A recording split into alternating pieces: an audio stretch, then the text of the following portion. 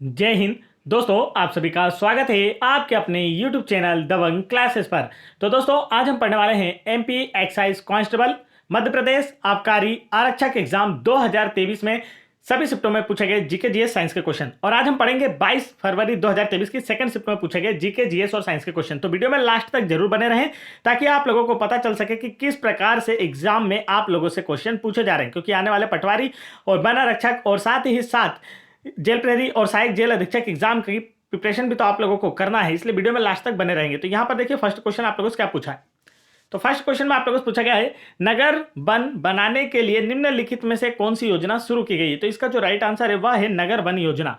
नगर one बनाने के लिए नगर वन योजना की शुरुआत की गई है। आगे चलते हैं नेक्स्ट क्वेश्चन की ओर। नेक्स्ट क्वेश्चन में देखते हैं आप लोगों से क्या पूछा है। तो यहां पर आप लोगों से पूछा गया है, फोर्ब्स द्वारा जारी विश्व की 100 सबसे शक्तिशाली महिलाओं की सूची में भारत की वित्त मंत्री निर्मला सीतारमण की रैंक क्या है।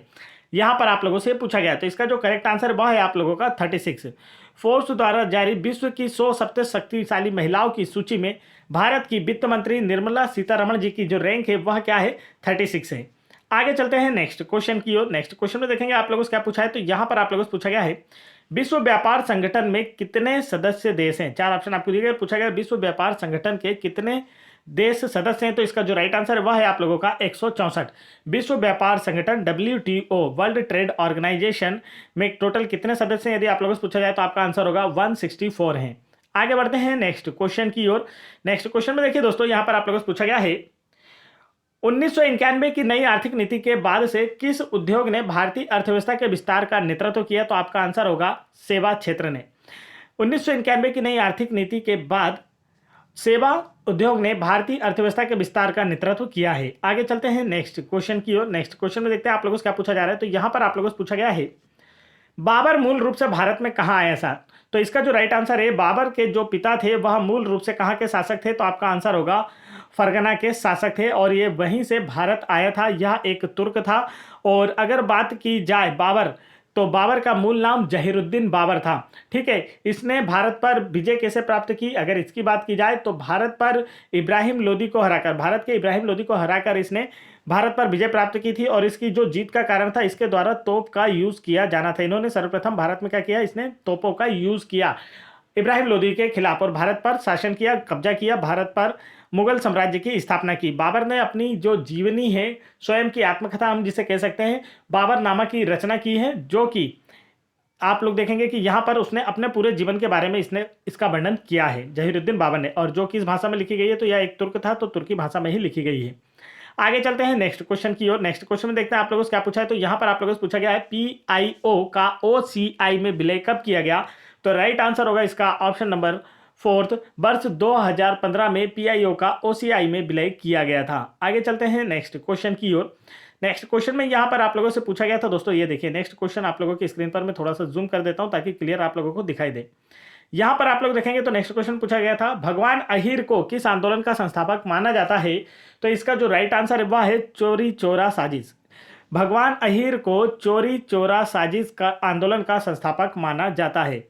आगे चलते हैं नेक्स्ट क्वेश्चन की ओर। नेक्स्ट क्वेश्चन में देखते हैं आप लोगों से क्या पूछा है। तो यहां पर आप लोगों से पूछा गया है, निम्नलिखित में से कौन सी पुस्तक डॉक्टर अमर्त्य सेन द्वारा लिखी गई है। तो इसका जो करेक्ट आंसर है दोस्तों वह है होम इन द वर्ल्ड।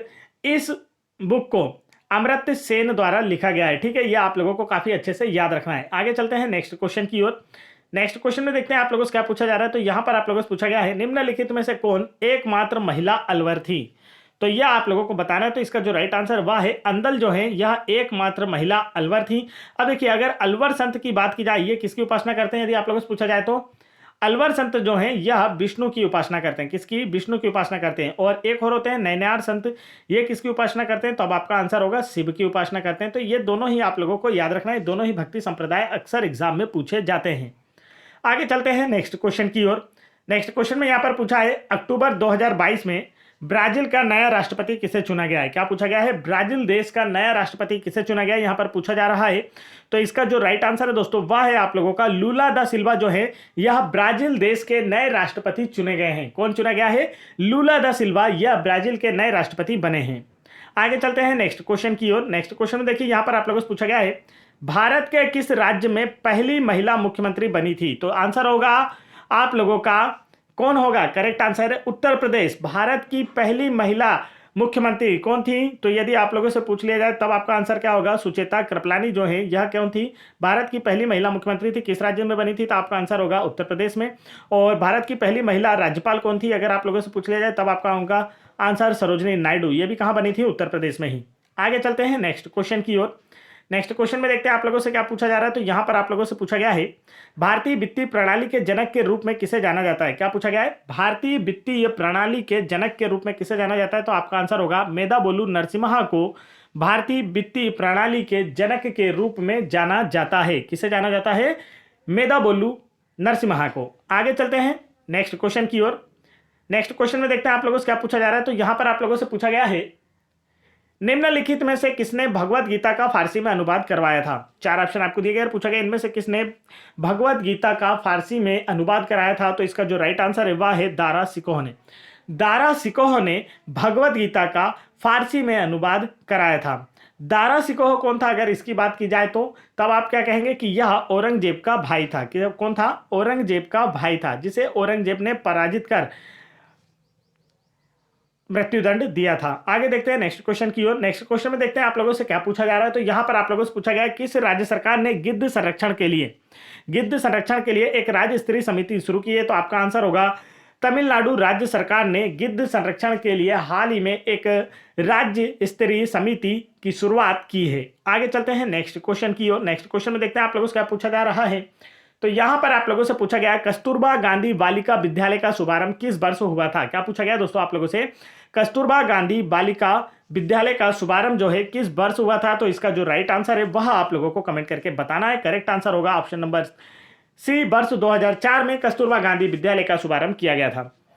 दोस्तों, यदि आप लोगों को MP excise constable Madhya Pradesh आबकारी आरक्षक एग्जाम 2023 की सभी शिफ्टों की पीडीएफ फाइल डाउनलोड करना है तो आप इस नंबर पर हमें व्हाट्सअप करके सभी शिफ्टों की पीडीएफ फाइल आसानी से प्राप्त कर सकते हैं। देखिए आप लोगों की स्क्रीन पर दिखाई दे रहा है 7610427090। इस नंबर पर आप व्हाट्सअप करें और हमसे सभी शिफ्ट की पीडीएफ फाइल आसानी से डाउनलोड कर सकते हैं। साथ ही यदि आप लोग एमपी पुलिस कांस्टेबल एग्जाम 2022 की भी सभी शिफ्टों की पीडीएफ फाइल डाउनलोड करना चाहते हैं तो आप इस नंबर पर व्हाट्सअप करके हमसे यह सब प्राप्त कर सकते हैं। आगे बढ़ते हैं, नेक्स्ट क्वेश्चन देखते हैं आप लोगों से क्या पूछा जा रहा है। तो नेक्स्ट क्वेश्चन देखिए दोस्तों, यहां पर पूछा गया आप लोगों से, यशपाल समिति द्वारा निम्नलिखित में से किसकी समीक्षा की गई थी? चार ऑप्शन आपको दिए गए हैं। पूछा गया है यशपाल समिति द्वारा निम्नलिखित में से किसकी समीक्षा की गई थी? तो इसका जो राइट आंसर है वह है स्कूल शिक्षा प्रणाली की। यशपाल समिति द्वारा स्कूल शिक्षा प्रणाली की समीक्षा की गई थी। आगे चलते हैं तो देखिए यहां पर आप लोगों से समितियों से काफी ज्यादा क्वेश्चन पूछे गए। हर शिफ्ट में हम लोग देख रहे हैं कि संविधान में आप लोगों से समितियों से काफी ज्यादा क्वेश्चन पूछे जा रहे हैं कि किस समिति का गठन किस लिए किया गया था। समितियों का गठन उद्देश्य यह आप लोगों से ज्यादातर पूछा गया था आबकारी एग्जाम में। तो यहां पर देखिए नेक्स्ट क्वेश्चन में क्या पूछा था। नेक्स्ट क्वेश्चन में पूछा है, सांप्रदायिक सद्भाव के लिए राष्ट्रीय प्रतिष्ठान का प्रशासनिक निरीक्षण किसके द्वारा किया जाता है? चार ऑप्शन आपको दिए गए और इसी में से राइट आंसर बताना है। तो इसका राइट आंसर होगा गृह मामलों के मंत्रालय के द्वारा सांप्रदायिक सद्भाव के लिए राष्ट्रीय प्रतिष्ठान प्रशासनिक का निरीक्षण किया जाता है। आगे बढ़ते हैं दोस्तों नेक्स्ट क्वेश्चन की ओर। नेक्स्ट क्वेश्चन में देखते हैं आप लोगों से क्या पूछा जा रहा है। तो यहां पर आप लोगों से पूछा गया है, निम्नलिखित में से किस योजना का उद्देश्य कचरा मुक्त शहर है? चार ऑप्शन आपको दिए गए। पूछा गया इनमें से किस योजना का मुख्य उद्देश्य कचरा मुक्त शहर है? तो आपका आंसर होगा स्वच्छ भारत मिशन शहरी चरण 2। तो ये इसका कौन सा चरण है? सेकंड चरण है। तो यहाँ पर आप लोगों से पूछा गया स्वच्छ भारत मिशन शहरी चरण सेकंड जो है यह इसका मुख्य उद्देश्य जो है वो क्या है? कचरा मुक्त शहर। आगे चलते हैं नेक्स्ट क्वेश्चन की ओर। नेक्स्ट क्वेश्चन में आप लोगों से पूछा है, बैंकिंग क्षेत्र में सुधार के लिए नरसिम्हन समिति फर्स्ट का गठन कब किया गया था? प्रथम नरसिम्हन समिति का गठन कब किया गया था? तो इसका जो राइट आंसर वह आप लोगों का वर्ष 1991 में। बैंकिंग क्षेत्र में सुधार के लिए नरसिम्हन समिति प्रथम का गठन जो है वर्ष 1991 में किया गया था। आगे बढ़ते हैं नेक्स्ट क्वेश्चन की ओर। नेक्स्ट क्वेश्चन में यहां पर आप लोगों से पूछा गया है, गिरती हुई वृद्धि और रोजगार के साथ बढ़ती कीमतों की स्थिति को खालिस्तान कहा जाता है। तो आपका आंसर होगा मुद्रास्फीति जनित मंदी कहा जाता है। गिरती हुई वृद्धि और रोजगार के साथ बढ़ती हुई कीमतों की स्थिति को मुद्रास्फीति जनित मंदी कहा जाता है। आगे चलते हैं नेक्स्ट क्वेश्चन की ओर। नेक्स्ट क्वेश्चन में देखिए यहाँ पर आप लोगों से क्या पूछा गया। तो यहाँ पर आप लोगों से पूछा, देखिए दोस्तों अब हमारे साइंस के क्वेश्चन स्टार्ट होते हैं। तो साइंस के क्वेश्चन स्टार्ट करने से पहले मैं आपको बता दूं, यदि आप लोग मध्य प्रदेश पटवारी एग्जाम 2023 की तैयारी कर रहे हैं तो आप लोगों को स्क्रीन पर पटवारी एग्जाम की तैयारी के लिए हिंदी के 2000 प्लस बेस्ट क्वेश्चंस की पीडीएफ फाइल और साइंस की 2250 प्लस बेस्ट क्वेश्चंस की पीडीएफ फाइल, कंप्यूटर की 2000 प्लस प्रश्नों की बेस्ट क्वेश्चंस की पीडीएफ फाइल दिखाई दे रही होगी। यह आपके आने वाले पटवारी एग्जाम में काफी ज्यादा सहायक होंगे, क्योंकि यह जो क्वेश्चन है ऑलरेडी प्रीवियस ईयर एग्जाम में व्यापम के द्वारा ऑलरेडी पूछे गए हैं। साथ ही आप लोगों को एमपी फॉरेस्ट और जेल प्रहरी एग्जाम 2018 के भी प्रीवियस ईयर पेपर दिखाई दे रहे होंगे, और साथ ही साथ आप लोगों को एमपी पुलिस कांस्टेबल एग्जाम 2022 की सभी शिफ्टों की पीडीएफ फाइल भी दिखाई दे रही होगी, और एमपी एक्साइज कांस्टेबल 2023 जो हाल ही में कंडक्ट कराई गई है 8 से 10 दिन पहले, उसकी सभी शिफ्टों की पीडीएफ फाइल अगर आपको डाउनलोड करना है तो आप वीडियो के डिस्क्रिप्शन में दी गई लिंक पर क्लिक करके डाउनलोड कर सकते हैं। नहीं तो आप लोग इस नंबर पर, जो नंबर मैं आप लोगों को बता रहा हूं, इस नंबर पर व्हाट्सअप कर भी हमसे आसानी से यह सारी पीडीएफ प्राप्त कर सकते हैं। तो चलिए बढ़ते हैं नेक्स्ट क्वेश्चन की ओर। देखते हैं हमारा आज का साइंस का फर्स्ट क्वेश्चन इस शिफ्ट में क्या पूछा गया था।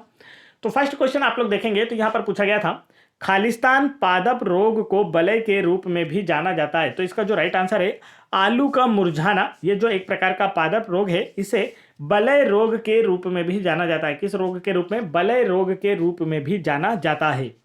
आगे बढ़ते हैं नेक्स्ट क्वेश्चन की ओर। नेक्स्ट क्वेश्चन में देखते हैं आप लोगों से क्या पूछा जा रहा है। तो यहां पर आप लोगों से पूछा गया दोस्तों, ये देखिए क्या पूछा गया है। हाँ, ये देखिए बकमिस्टर फुलरिन के एक गोलाकार अणु में कितने कार्बन परमाणु जुड़े होते हैं, आप लोगों से यह पूछा गया है। तो इसका जो राइट आंसर है वो आप लोगों को बताना है कि करेक्ट आंसर इसका क्या होगा। तो चलिए बताइए फटाफट इसका राइट आंसर क्या हो सकता है। तो इसका जो करेक्ट आंसर है दोस्तों वह है आप लोगों का 60। बकमिस्टर फुलरिन के एक गोलाकार अणु में कार्बन के 60 परमाणु जुड़े होते हैं। आगे चलते हैं नेक्स्ट क्वेश्चन की ओर। नेक्स्ट क्वेश्चन में देखते हैं क्या पूछा गया है। यहां पर आप लोगों से पूछा गया निम्नलिखित में से कौन सा द्रव के श्यानता के गुणांक की परिभाषा है।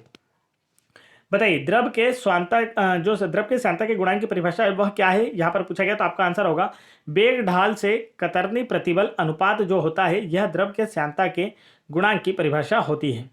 आगे बढ़ते हैं दोस्तों नेक्स्ट क्वेश्चन की ओर। नेक्स्ट क्वेश्चन में देखते हैं क्या पूछा गया है। तो यहां पर आप लोगों से पूछा गया है एक पोषी स्तर से अगले पोषी स्तर तक कितनी ऊर्जा स्थानांतरित होती है। तो आंसर होगा 10%। देखिए अब एक पोषी स्तर से दूसरे पोषी स्तर का मीन्स क्या होता है। तो देखिए यहां पर जैसे उत्पादक का मतलब क्या हो गया, पेड़ पौधे प्रकाश संश्लेषण के द्वारा जो भी भोजन बना रहे हैं तो यह अपना 100% भोजन बनाते हैं या 100% कार्य करते हैं। तो इसका उपभोग जब प्राथमिक उपभोक्ता करता है, तो यहाँ से इसके लिए सिर्फ कितनी ऊर्जा जाती है। तो आप कहेंगे सर ओनली 10%, 90% यह किसके पास रह जाती है, उत्पादक के पास ही रह जाती है। 10% जो ऊर्जा है वह प्राथमिक उपभोक्ता के पास रह जाती है। अब यह इसके लिए क्या हो गया 100%, और यहाँ से जब द्वितीयक उपभोक्ता इसका उपयोग करता है तो यहाँ पर इसको कितनी ऊर्जा मिलती है, इसका 10% ऐसा मिलता है। और इसके बाद द्वितीयक उपभोक्ता के बाद जो अपघटक होते हैं तृतीयक उपभोक्ता, उन्हें भी उस 10% का और 10% मिलता है। तो इस प्रकार से एक पोषी स्तर से दूसरे पोषी स्तर तक जो ऊर्जा है, कितनी ऊर्जा स्थानांतरित होती है। तो आपका आंसर होगा 10% ऊर्जा स्थानांतरित होती है।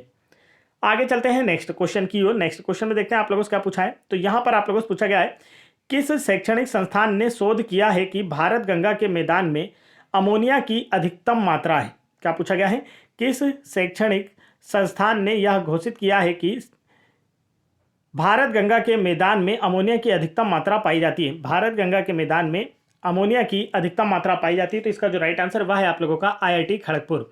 आईआईटी खड़गपुर एक जो कि एक संस्थान है, आईआईटी संस्थान है, इसने घोषणा की है कि भारत के जो गंगा मैदान है इसमें अमोनिया की अधिकतम मात्रा पाई जाती है। आगे चलते हैं नेक्स्ट क्वेश्चन की ओर। नेक्स्ट क्वेश्चन देखिए क्या पूछा है।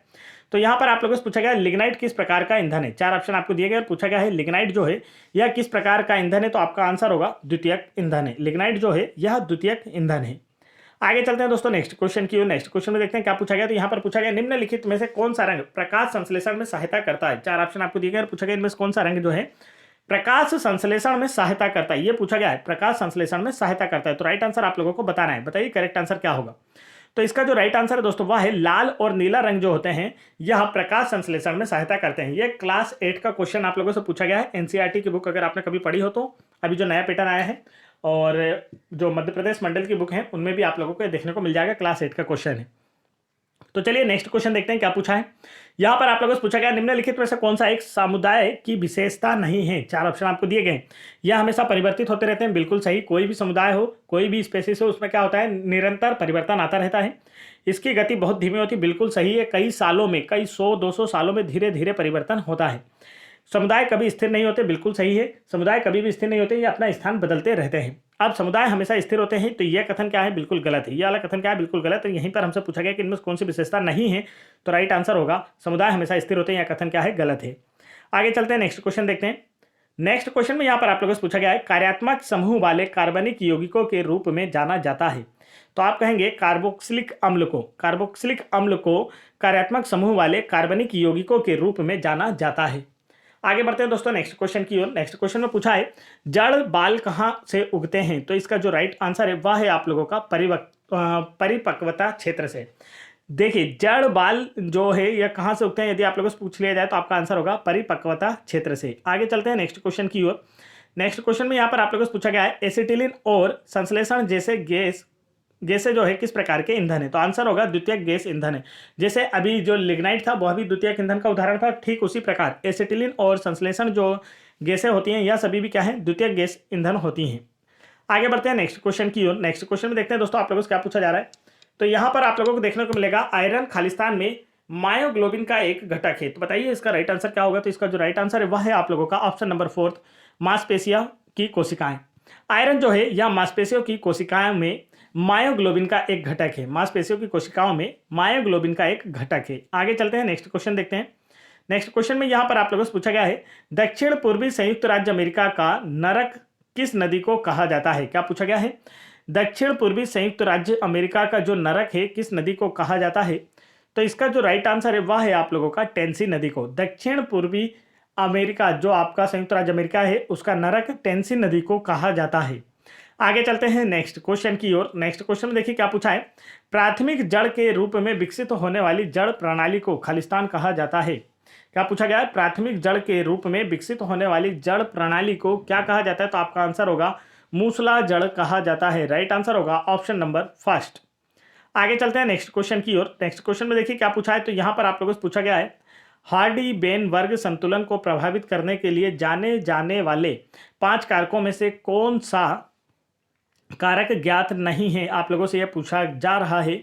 तो इसका जो राइट आंसर है दोस्तों वह है आप लोगों का ऑप्शन नंबर 2 एपिजेनेटिक्स। हार्डी बेनबर्ग संतुलन को प्रभावित करने के लिए जाने जाने वाले 5 कारकों में से एपिजेनेटिक्स कारक जो है यह ज्ञात नहीं है। आगे चलते हैं नेक्स्ट क्वेश्चन की ओर। तो ये थे दोस्तों आज के हमारे टॉप 35 क्वेश्चन जो कि आप लोगों के मध्य प्रदेश आबकारी एग्जाम में पूछे गए थे। तो ये पीडीएफ आपको हिंदी इंग्लिश दोनों में ही देखने को मिलेगी। काफ़ी ज़्यादा यहाँ पर देखिए स्मॉल हो रहा था, इसे छोटा करने पर आप लोगों को क्वेश्चन दिखाई नहीं देते, इसलिए आपको जूम करके मैंने हिंदी वाले पढ़ा दिए हैं। तो यहाँ पर आप लोग देखेंगे कि रीजनिंग के क्वेश्चन, मैथ्स के क्वेश्चन सभी आप लोगों को यहाँ पर देखने को मिल जाएंगे। तो इस प्रकार सभी शिफ्टों की पीडीएफ फाइल यदि आप लोग डाउनलोड करना चाहते हैं तो आप लोग इस नंबर पर, जो मैंने आप लोगों को नंबर स्क्रीन पर नोट कर रहा हूँ या दे रहा हूँ, इस नंबर पर व्हाट्सएप करके आप हमसे सभी शिफ्टों की पीडीएफ फाइल आसानी से प्राप्त कर सकते हैं। और यदि आप लोगों को एमपी पुलिस कांस्टेबल एग्जाम, पटवारी एग्जाम की तैयारी के लिए, फॉरेस्ट की तैयारी के लिए, वन रक्षक की तैयारी के लिए, जेल प्रहरी की तैयारी के लिए अदर पीडीएफ डाउनलोड करना है तो आप वीडियो के डिस्क्रिप्शन में दी गई लिंक पर क्लिक करके डाउनलोड कर सकते हैं। और यदि आप लोगों को वीडियो पसंद आए वीडियो को लाइक कीजिए। अभी तक अगर आपने चैनल को सब्सक्राइब नहीं किया तो चैनल को सब्सक्राइब कर लीजिए, साथ ही बेल आइकन के बटन जरूर दबा लीजिए ताकि ऐसे इंपॉर्टेंट एजुकेशनल वीडियो का नोटिफिकेशन आप तक आसानी से पहुंचते रहे। जय हिंद दोस्तों।